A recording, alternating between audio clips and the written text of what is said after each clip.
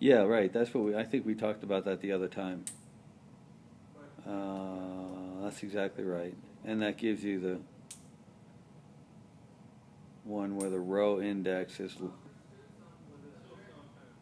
less. You're going to the left, basically. So you start with a diagonal one, and then there you go. That's better. And, if you look at those two equations, going to the right or to the left, and you think of what the terms in them, they're identical terms. Let's see. So the one going to the right, wait a minute, how come they look? Oh, I see. Wait, yeah. The first equation you wrote down, GJ, yeah. So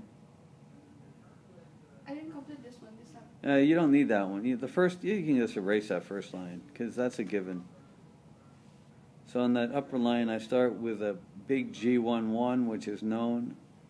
And then that becomes, I see, like T21, G right connected 2, and then you repeat.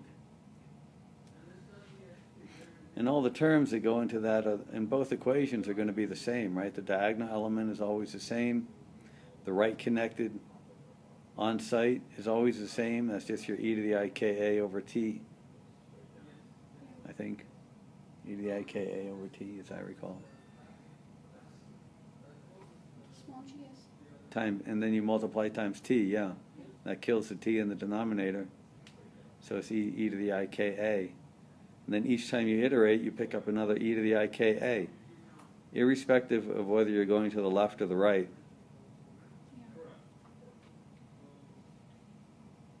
Yeah. And so that's what you get. You get the same answer whether you're going left or right, and that's why you end up with that absolute value in the exponent e to the IK, absolute value I minus j a. Because it doesn't matter which way you're going. So that's it. You're making this complicated. Okay. Keep going. But this is what working with Dyson's equation is always like for the first time. So now I'm going to reduce this with this equation again. Yeah. Then I will go all the G1 on one side. Okay, now let's let me, you can do it this way. It's like a pedagogical exercise, but I wouldn't recommend it because, okay, why don't you start off by just drawing your system so we're clear on what the bare system is and what on what we mean by the bare green, the small green functions and the big green functions. So just start by sketching the system. I'm really big on drawing stuff. Well, I guess I learned visually anyway. So, and one more epsilon for the R state. Yeah, and we just label that R since that's our index for that state, a big R. No, we just put it like you have 0, 1, 2. Put a big R next to that since that's our index for that state. All right. Okay, so then what's your bare system? Well, the bare no, say that again. What is your bare system? The device, right? I mean, the system, where you've disconnected something. What constitutes the bare system? What are you disconnecting and reconnecting with Dyson's equation? One? No. No. The only thing you're disconnecting and reconnecting is TR. Because you've already calculated in problem 1 and in homework 1 the exact green function of that wire. You know everything about that wire. Well, at least now you do because you just finished problem 1. From homework 1, you knew G11 exactly anyway, right? So let's just be clear what exactly the quote bare system is. So just draw, you've got this ideal wire, right? And you've got this site sitting there all by itself that's not connected to anything, and that's your bare system. connected to this one? Not yet. In terms of the bare system, right, the bare system is before you do the connection. The full system is after you connect it. Yeah. Okay? I mean, and so the bare system corresponds to the little g's. So what you're writing, you know, so my little G11 includes the entire effect of that whole infinite chain. That's what I mean by my little G11 when I write this. The only thing you're using Dyson's equation to reattach is TR.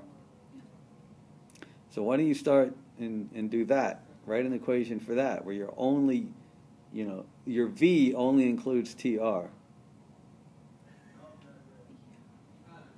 Just write it down. Just follow your indices and write down a Dyson's equation for that. For G11, where the only term in V is TR1 and T1R. Just blindly write it down following your indices. That's why indices are so powerful. You can really like... So G11 equals... Okay, what's that first? That you said G, the second term on the right hand side. What is that? Yeah, G1R, VR1, and then G what? It looks like 111. What? Oh, so it's 1, 1. Oh.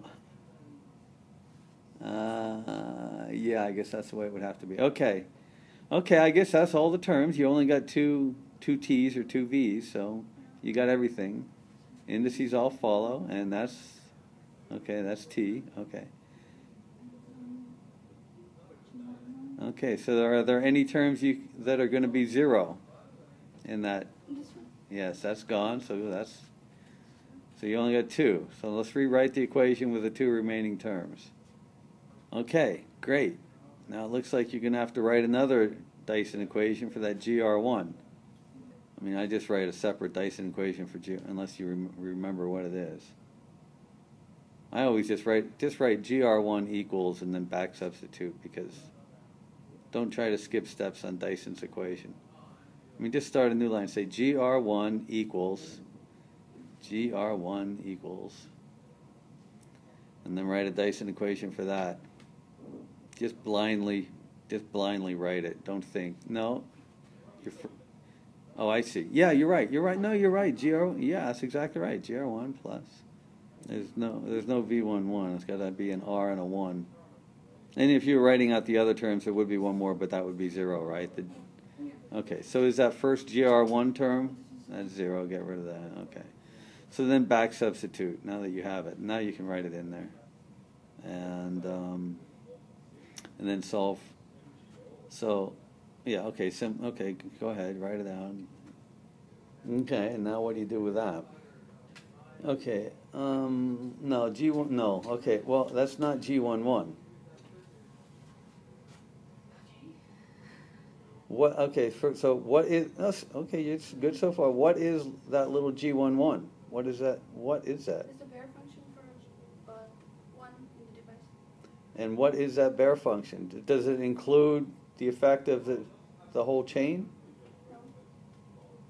Oh. What's your bare device? Bare device R. Well, that's that isolated site R and. 1. And you haven't disconnected anything. It's that whole connected infinite chain. Yeah. So the bare green function G11 has to take into account the entire infinite chain. Yeah. It's not the isolated site. It's G11 of the entire infinite chain that you just used in problem 1 and you solved in homework 1. That's G11. And so we did solve for that. You do know it. But in general, what would be the form for that G11? How would we write the diagonal element where our device is one site and is coupled to 2 semi-infinite leads? Okay, that's when you've already connected it up to everything. That's like your final answer. We're not asking, I'm asking for little G11. Okay. Sorry, I'm asking for little G11.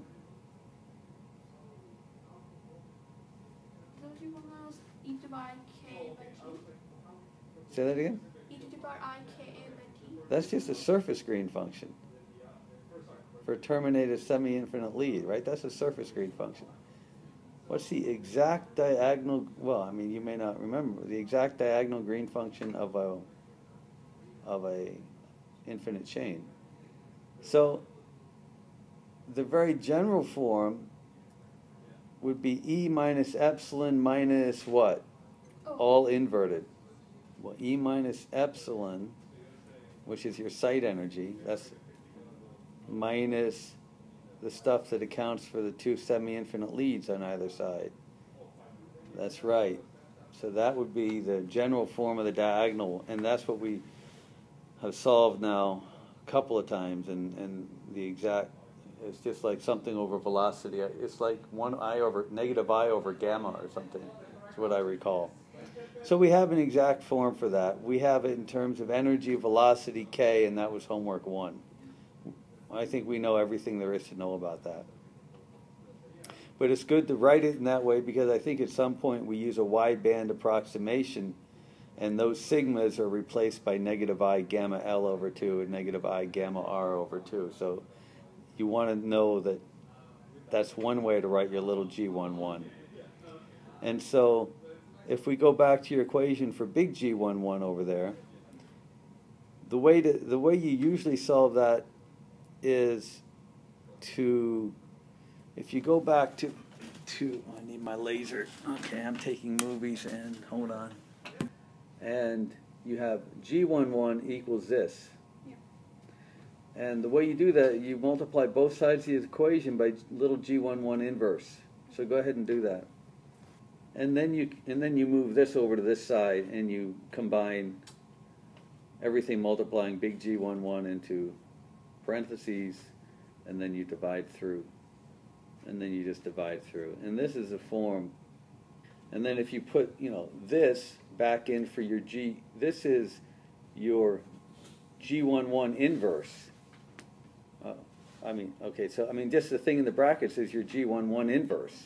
So if you put that in, you have something that looks very reasonable. You have E minus epsilon minus sigma left minus sigma right minus this term. Are you sure that shouldn't be a minus? I believe that should be a minus. Minus, looks just like another sigma term, right? Sigma is always like T, G, T, and this is just a bare G, so you're connecting this. It looks like just one more sigma term. What is GRR? What is this? 1 by E by epsilon. Just one, yeah. E minus epsilon R inverse, that's all it is.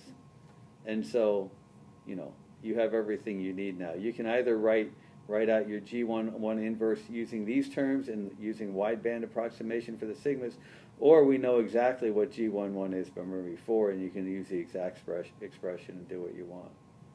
So that's it.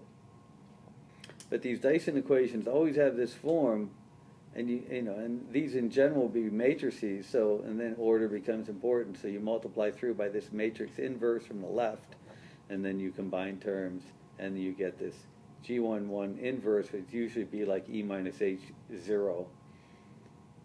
Often it's just a bare E minus H0. And then you have E minus H0 minus something that looks like a sigma. So you all see that?